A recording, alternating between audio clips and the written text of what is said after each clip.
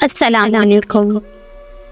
تہجد تو لاڈلی عبادت ہے اور رمضان میں تو تہجد کی اور بھی اہمیت ہے، اسی لیے سحری سے پہلے تہجد پڑھنے کی کوشش کیجیے۔ اس رمضان اللہ آپ کی ہر دعا پر کن کہہ دے۔ رمضان کا ایک ایک سجدہ بہت قیمتی ہے۔ یہ مبارک مہینہ ہماری دعاؤں کی قبولیت کے لیے آیا ہے۔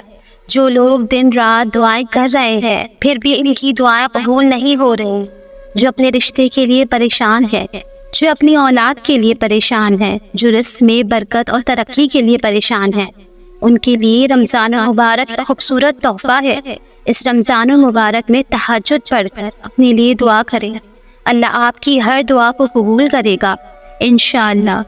اللہ نے تمہارے لیے رمضان جیسا قیمتی تحفہ بھیجا ہے۔ اس رمضان میں اپنی ہر دعا کو قبول کروا لو، اپنی خواہشات کو پورا کروا لو، ہر درد ہر دکھ کو سکھ میں بدل لو۔ دیکھنا چاہتے ہو کہ معجزے کیسے ہوتے ہیں، دعائیں کیسے قبول ہوتی ہیں، تقدیریں کیسے بدلتی ہیں، تو ایک بار اس رمضان میں تہجد پڑھ کر دیکھو اور اللہ سے خوب دعائیں کرو۔ دیکھنا تمہاری زندگی میں بھی معجزے ہوں گے، کرشمے ہوں گے۔ دیکھنا اللہ انہی دکھ کے آنسوں کو خوشی کے آنسوں میں بدل دے گا انشاءاللہ۔ تم اس کے لیے اپنی نیند قربان کرو اور وہ تمہاری جولی نہ بڑھ دے، ایسا تو ممکن ہی نہیں۔ تہجد محبت کی عبادت ہے، تہجد پر درد کی راحت ہے، تہجد کی ایک دعا ساری زندگی بدل دیتی ہے۔ جس نے دیکھا ہے، محسوس کیا ہے، تہجد میں اگر آپ اپنے رب سے جان مانگو تو وہ پورا آسمان دیتا ہے۔ اگر تم چاہتے ہو کہ اس رمضان تمہاری ہر دعا مقبول ہو جائے تو بس تم تہجد پڑھنا شروع کر دو۔ اور یہ تو اور بھی اچھی بات ہے کہ اب ہمیں طاق راتیں بھی نصیب ہو رہی ہیں، تو طاق رات میں ہمیں شب قدر بھی مل سکتی ہے۔ تو آپ اندازہ لگائیں کہ کیا ہی بات ہے، ایک نور رمضان، پھر تہجد کی نماز اور طاق رات کی فضیلت، اور پھر اگر شب قدر ہی ہو تو کیا ہی بات ہے۔ اگر آپ تہجد پڑھیں کہ وہ رات شب قدر ہی ہو تو کیسے ممکن ہے کہ کوئی بھی دعا رد ہو جائے یا قبول نہ ہو؟ سبحان اللہ۔ تو یہی وقت ہے جس میں آپ اللہ پاک سے اپنے دل کی سبھی باتیں کر لو، کیونکہ اس وقت اللہ تعالیٰ اپنے بندے کے سب سے زیادہ قریب ہوتا ہے۔ تہجد کی نماز ایک خاص عبادت ہے جو اکثر انسان چاہتے ہوئے بھی نہیں پڑھ پاتا۔ ایسے میں ہمیں اللہ تعالیٰ سے دعا کرنی چاہیے کہ وہ ہمیں اس پاک اور افضل عبادت کی توفیق عطا فرمائے۔ اب آتے ہیں رمضان مبارک میں تہجد پڑھنے کی توفیق پر۔ تو ہم لوگ زیادہ تر سحری کے وقت تو اٹھتے ہی ہیں، تو کیوں نہ اس وقت تھوڑا جلدی اٹھ کر اللہ کی یاد میں سجدہ کر لیں، اس کی عبادت میں وقت گزاریں۔ اس ماہ میں مانا کہ انسان کو نیند کی بھی قربانی دینی پڑتی ہے۔ لوگ اپنی تہجد کی روٹین اس مہینے میں ہی سیٹ کر سکتے ہیں۔ رات کے 3 بجے کا الارم لگا کے سو جائیں، یا جیسے گھر والے اٹھائیں سحری کے لیے تو اٹھ جائیں، اور اٹھ جاتے ہی فوراً وضو کر لیں اور تہجد کی نماز ادا کر لیں۔ جیسے باقی نماز میں نفل وغیرہ پڑھتے ہیں ویسے ہی آپ تہجد ادا کر سکتے ہو۔ اس کی نیت میں پہلے آپ کو چاہیے کہ 2 رکعت نفل نماز حاجت پڑھیں۔ اگر آپ نماز حاجت پڑھو گے تو اس کا بھی ثواب ہے، لیکن اگر 2 رکعت نفل نماز تہجد کی نیت کریں تو یہ بھی درست ہے۔ اس طرح نیت کر لینی ہے اور 2 رکعت نفل ادا کرنی ہے۔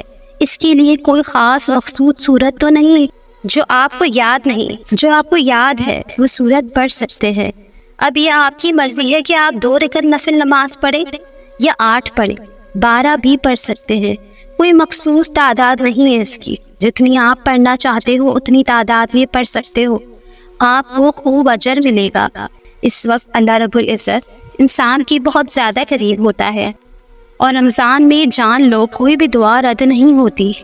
اگر عشاء کی نماز کی وتر آپ نے پہلے ہی پڑھ لی ہے تو کوئی بات نہیں، لیکن اگر نہیں پڑھے تو اس وقت تہجد کی نماز کے بعد پڑھ سکتے ہو، یہ سب سے بہتر ہے۔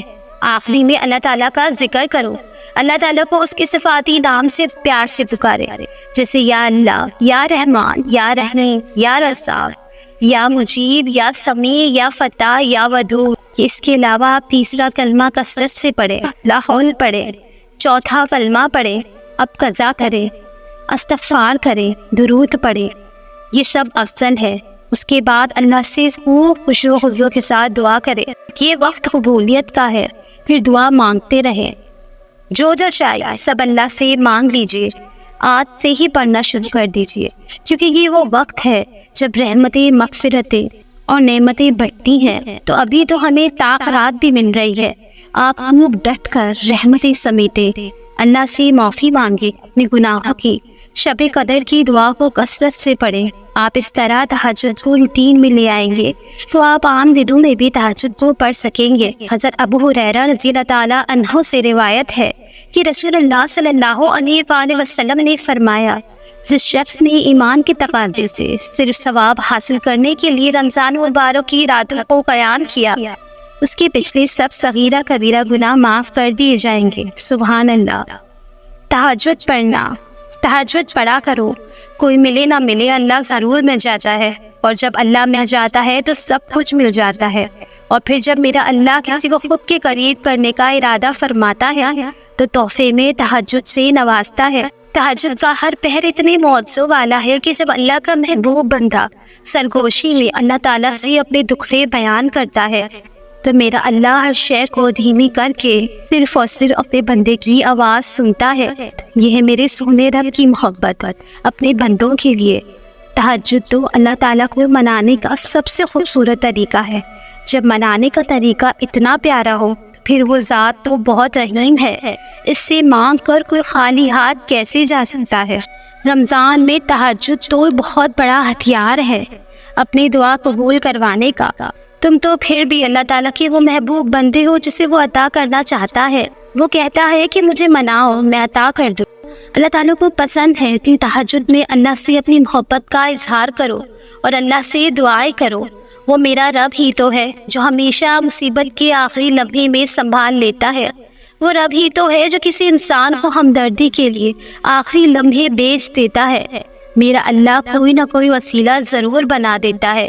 وہ رب ہی تو ہے جو ہمیں معاف کر دیتا ہے. وہ میرا رب ہے جب میں روتی ہوں تو سکون دیتا ہے.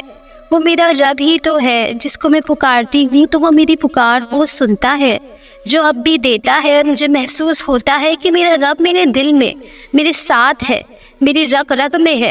آسمان اور زمین ہر جگہ ہی تو ہے. تو کیا آپ کو اس کی نشانیاں واضح نظر نہیں آتی؟ یا الہی رمضان کا مہینہ ہے. اس بابرکت مہینے کے صدقے ہے میرے مالک، جو کوئی بھی اپنی دعاؤں میں کسی کو تجھ سے مانگتا ہے تو اسے اس کا نصیب بنا دے.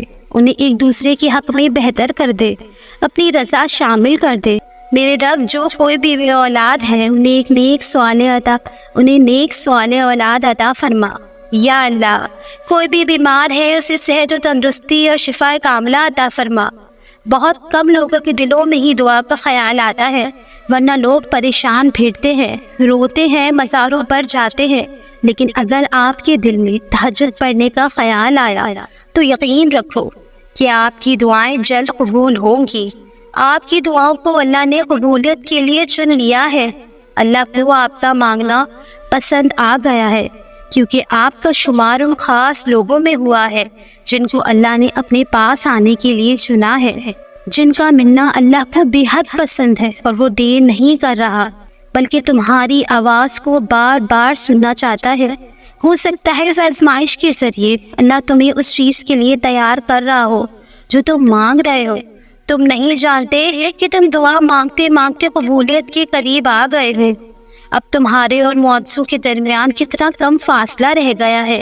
تم ابھی جس مقام پر ہو وہ اللہ کے منصوبے کا ایک حصہ ہے، اور اس سے گزر کر تمہارے لیے وہ سب کچھ جو تم اللہ سے رو رو کر مانگتے ہو سکتا ہے تم پر آنے والی آزمائش اب اپنے اختتام پر ہو. تم نے جو دعا مانگی ہے ہو سکتا ہے اب ان سب کی قبولیت کا وقت آ چکا ہے.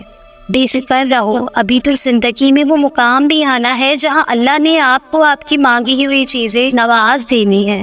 جس یقین سے تم نے تہجد میں اٹھ کر اللہ سے دعائیں مانگی، جان لو کہ اب قبولیت کا وقت بہت قریب ہے. تمہارے ہر آنسو کو اب وہ کچھ ہی وقت میں مسکراہٹ میں بدل دے گا اور تم مطمئن ہو جاؤ گے. مسلسل ایک ہی دعا کو ہر نماز میں مانگنا کوئی اتفاق تو نہیں ہے. تو پھر یقین رکھو اللہ جب کسی دعا کا خیال دل سے نہیں نکال رہا تو پھر یہ جان لو کہ اس دعا کا پورا ہونا تمہارے نصیب میں لکھا جا چکا ہے۔ اب وہ کب کیسے پوری ہوگی، اس کو رب کائنات پر چھوڑ کر مطمئن ہو جاؤ۔ جانتے ہو تہجد میں کتنی طاقت ہے، معجزاتوں کو وجود میں لانے کی طاقت، ناممکن کو ممکن بنانے کی طاقت۔ جانتے ہو رمضان میں تہجد کی کتنی طاقت ہے، اللہ کا لاڈلا بننے کی طاقت ہے۔ تہجد پڑھنے والے کے پاس اتنے مضبوط ہتھیار ہوتے ہیں کہ وہ دنیا کی ہر جنگ ایک دعا سے فتح کر سکتا ہے۔ ٹوٹے ہوئے دل یہاں جوڑ دیے جاتے ہیں، بکھرے ہوئے وجود یہاں آ کر سنبھل جاتے ہیں۔ تہجد، سحری اور پھر فجر کتنے خوبصورت ہیں۔